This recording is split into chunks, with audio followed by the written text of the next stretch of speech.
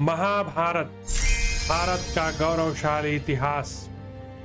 हम कथा सुनाते पांडव सकल महान की। यह महाभारत है पुण्य कथा श्री भगवान की। जम्बू दीपे भरतखंडे आर्यावर्ते भारतवर्षे एक नगरी है विख्यात हस्तिनापुर नाम की। यह जन्मभूमि है पांडव सकल महान की। यह महाभारत है पुण्य कथा श्री भगवान की।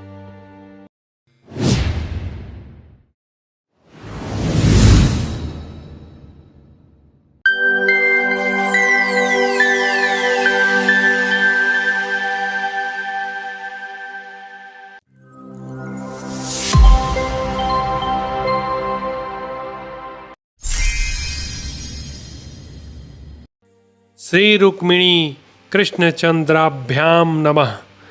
महाभारत भारत का गौरवशाली इतिहास। द्रोण पर्व। प्रतिज्ञा पर्व। अर्जुन का स्वप्न में भगवान श्री कृष्ण के साथ शिवजी के समीप जाना और उनकी स्तुति करना। संजय कहते हैं, राजन, इधर अचिंत्य पराक्रमशाली कुंती पुत्र अर्जुन अपनी प्रतिज्ञा की रक्षा के लिए वनवास काल में व्यास जी के बताए हुए शिव संबंधी मंत्र का चिंतन करते करते नींद से मोहित हो गए। उस समय स्वप्न में महातेजस्वी गरुड़ध्वज भगवान श्री कृष्ण शोक संतप्त हो चिंता में पड़े हुए कपिध्वज अर्जुन के पास आए। धर्मात्मा धनंजय किसी भी अवस्था में क्यों न हो, सदा प्रेम और भक्ति के साथ खड़े होकर श्री कृष्ण का स्वागत करते थे। अपने इस नियम का वे कभी लोप नहीं होने देते थे। अर्जुन ने खड़े होकर गोविंद को बैठने के लिए आसन दिया और स्वयं उस समय किसी आसन पर बैठने का विचार उन्होंने नहीं किया। तब महातेजस्वी श्री कृष्ण पार्थ के इस निश्चय को जानकर अकेले ही आसन पर बैठ गए और खड़े हुए कुंती कुमार से इस प्रकार बोले, कुंती नंदन, तुम अपने मन को विषाद में न डालो, क्योंकि काल पर विजय पाना अत्यंत कठिन है। काल ही समस्त प्राणियों को विधाता के अवश्यंभावी विधान में प्रवृत्त कर देता है। मनुष्यों में श्रेष्ठ अर्जुन, बताओ तो सही, तुम्हें किस लिए विषाद हो रहा है? विद्वद्वर, तुम्हें शोक नहीं करना चाहिए, क्योंकि शोक समस्त कर्मों का विनाश करने वाला है। जो कार्य करना हो उसे प्रयत्नपूर्वक करो। धनंजय, उद्योगहीन मनुष्य का जो शोक है वह उसके लिए शत्रु के समान है। शोक करने वाला पुरुष अपने शत्रुओं को आनंदित करता और बंधु बांधवों को दुख से दुर्बल बनाता है। इसके सिवा वह स्वयं भी शोक के कारण क्षीण होता जाता है। अतः तुम्हें शोक नहीं करना चाहिए। वसुदेवनंदन भगवान श्री कृष्ण के ऐसा कहने पर किसी से पराजित न होने वाले विद्वान अर्जुन ने यह अर्थयुक्त वचन उस समय कहा। केशव, मैंने जयद्रथ वध के लिए यह भारी प्रतिज्ञा कर ली है कि कल मैं अपने पुत्र के घातक दुरात्मा सिंधुराज को अवश्य मार डालूंगा। परंतु अच्युत, धृतराष्ट्र पक्ष के सभी महारथी मेरी प्रतिज्ञा भंग करने के लिए सिंधुराज को निश्चय ही सबसे पीछे खड़े करेंगे और वह उन सबके द्वारा सुरक्षित होगा। माधव, श्री कृष्ण, कौरवों की वे 11 अक्षौहिणी सेनाएं जो अत्यंत दुर्जय हैं और उनमें मरने से बचे हुए जितने सैनिक विद्यमान हैं, उनसे तथा पूर्वोक्त सभी महारथियों से युद्ध स्थल में घिरे होने पर दुरात्मा सिंधुराज को कैसे देखा जा सकता है? केशव, ऐसी अवस्था में प्रतिज्ञा की पूर्ति नहीं हो सकेगी और प्रतिज्ञा भंग होने पर मेरे पुरुष कैसे जीवन धारण कर सकता है? वीर, अब इस कष्ट साध्य जयद्रथ वधरूपी कार्य की ओर से मेरी अभिलाषा परिवर्तित हो रही है। इसके सिवा इन दिनों सूर्य जल्दी अस्त हो जाते हैं, इसलिए मैं ऐसा कह रहा हूं। अर्जुन के शोक का आधार क्या है, यह सुनकर महातेजस्वी विद्वान गरुड़ध्वज कमलनयन भगवान श्री कृष्ण आचमन करके पूर्वाभिमुख होकर बैठे और पांडुपुत्र अर्जुन के हित तथा सिंधुराज जयद्रथ के वध के लिए इस प्रकार बोले। पार्थ, पाशुपत नामक एक परम उत्तम सनातन अस्त्र है, जिससे युद्ध में भगवान महेश्वर ने समस्त दैत्यों का वध किया था। यदि वह अस्त्र आज तुम्हें विदित हो तो तुम अवश्य कल जयद्रथ को मार सकते हो, और यदि तुम्हें उसका ज्ञान न हो तो मन ही मन भगवान वृषभध्वज शिव की शरण लो। धनंजय, तुम मन में उन महादेव जी का ध्यान करते हुए चुपचाप बैठ जाओ। तब उनके दया प्रसाद से तुम उनके भक्त होने के कारण उस महान अस्त्र को प्राप्त कर लोगे। भगवान श्री कृष्ण का यह वचन सुनकर अर्जुन जल का आचमन करके धरती पर एकाग्र होकर बैठ गए और मन से महादेव जी का चिंतन करने लगे। तब शुभ लक्षणों से युक्त ब्राह्म मुहूर्त में ध्यानस्थ होने पर अर्जुन ने अपने आप को भगवान श्री कृष्ण के साथ आकाश में जाते देखा।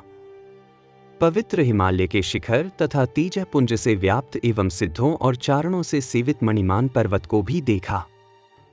उस समय अर्जुन भगवान श्री कृष्ण के साथ वायुवेग के समान तीव्र गति से आकाश में बहुत ऊंचे उठ गए। भगवान केशव ने उनकी दाहिनी बाह पकड़ रखी थी।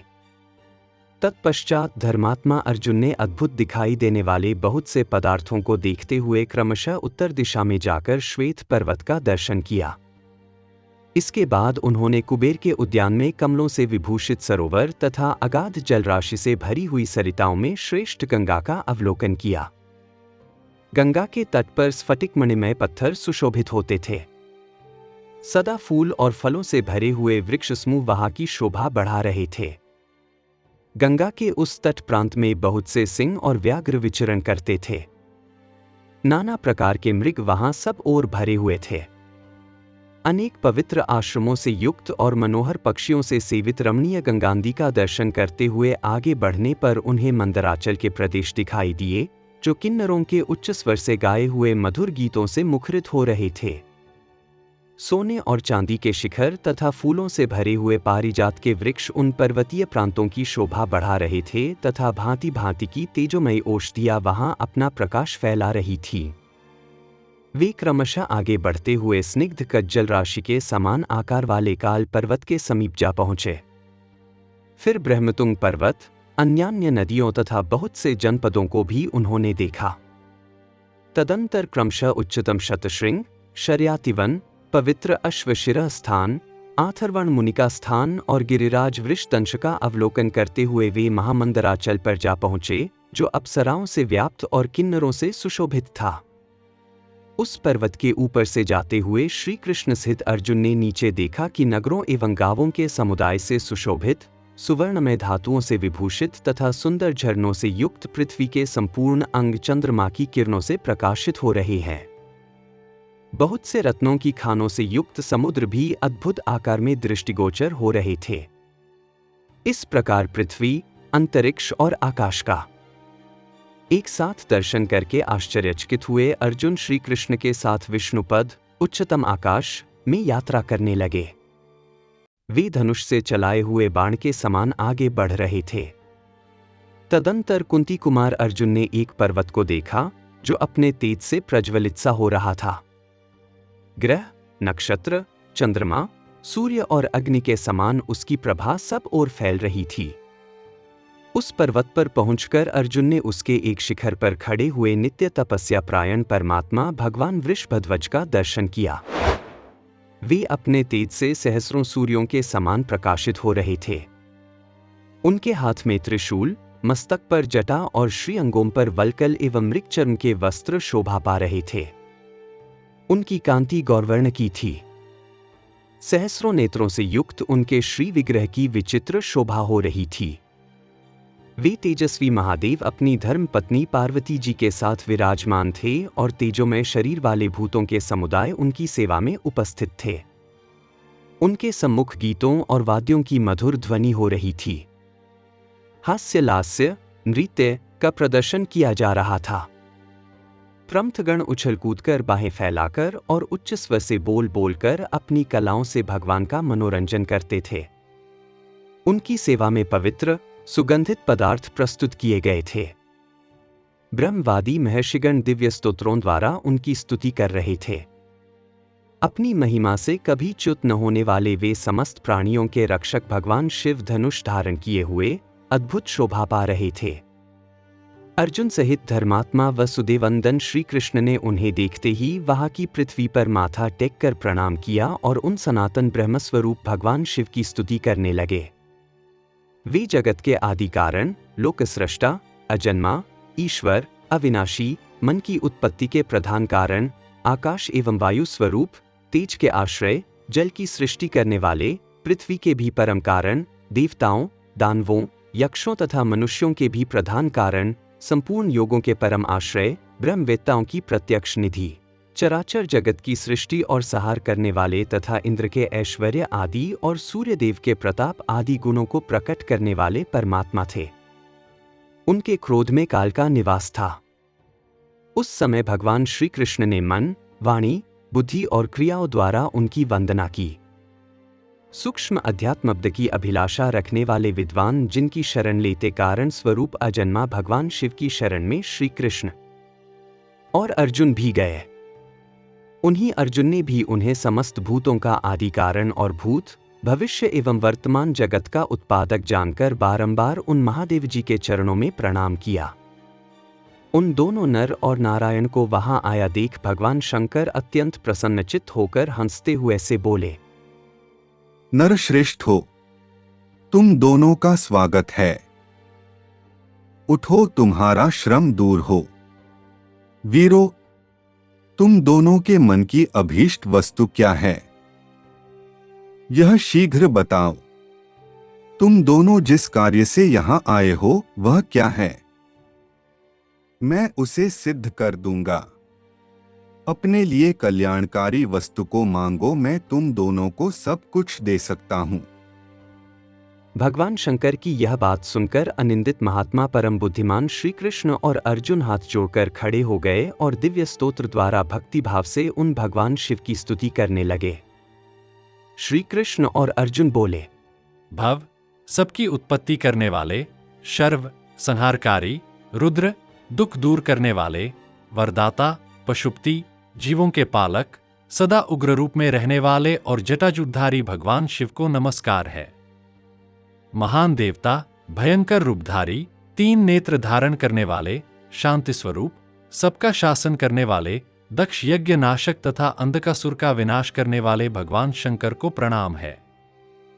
प्रभो, आप कुमार कार्तिकेय के पिता, कंठ में नील चिन्ह धारण करने वाले, लोकसृष्टा, पिनाकधारी, भविष्य के अधिकारी, सत्य स्वरूप और सर्वत्र व्यापक हैं, आपको सदैव नमस्कार है।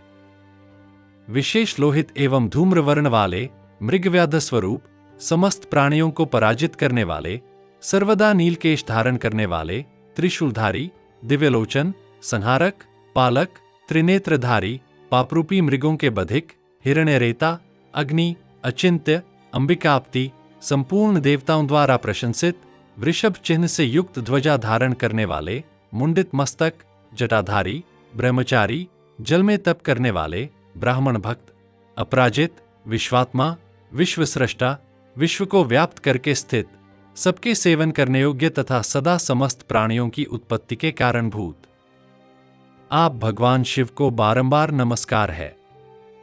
ब्राह्मण जिनके मुख हैं, उन सर्वस्वरूप कल्याणकारी भगवान शिव को नमस्कार है। वाणी के अधीश्वर और प्रजाओं के पालक आपको नमस्कार है। विश्व के स्वामी और महापुरुषों के पालक भगवान शिव को नमस्कार है, जिनके सहस्रों सिर और सहस्रों भुजाएं हैं, जो मृत्यु स्वरूप हैं, जिनके नेत्र और पैर भी सहस्रों की संख्या में हैं तथा जिनके कर्म असंख्य हैं, उन भगवान शिव को नमस्कार है। सुवर्ण के समान जिनका रंग है, जो सुवर्ण में कवच धारण करते हैं, उन आप भक्तवत्सल भगवान को मेरा नित्य नमस्कार है। प्रभो, हमारा अभीष्ट वर सिद्ध हो। संजय कहते हैं, इस प्रकार महादेव जी की स्तुति करके उस समय अर्जुन सहित भगवान श्री कृष्ण ने पाशुपतास्त्र की प्राप्ति के लिए भगवान शंकर को प्रसन्न किया। इस प्रकार श्री महाभारत द्रोण पर्व के अंतर्गत प्रतिज्ञा पर्व में अर्जुन स्वप्न विषयक 80वां अध्याय पूरा हुआ। महाभारत, भारत का गौरवशाली इतिहास। हम कथा सुनाते पांडव सकल महान की, यह महाभारत है पुण्य कथा श्री भगवान की। जम्बूदीपे भरतखंडे आर्यावर्ते भारतवर्षे एक नगरी है विख्यात हस्तिनापुर नाम की। यह जन्मभूमि है पांडव सकल महान की। यह महाभारत है पुण्य कथा श्री भगवान की।